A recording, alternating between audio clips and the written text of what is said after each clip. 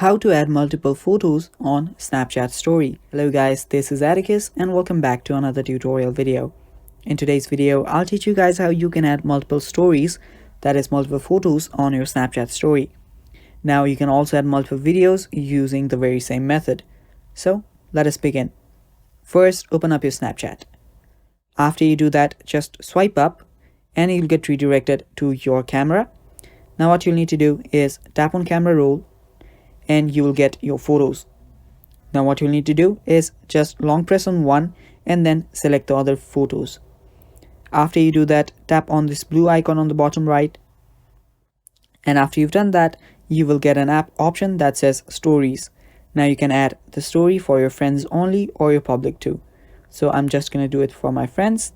After I tap on it, tap on the blue icon again, and then it will just add the story.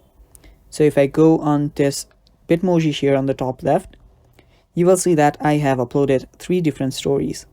This is first, this is second, and this is the third one. And that is how you add multiple photos on Snapchat Story. Thanks for watching guys, that is all for this video. Stay tuned for more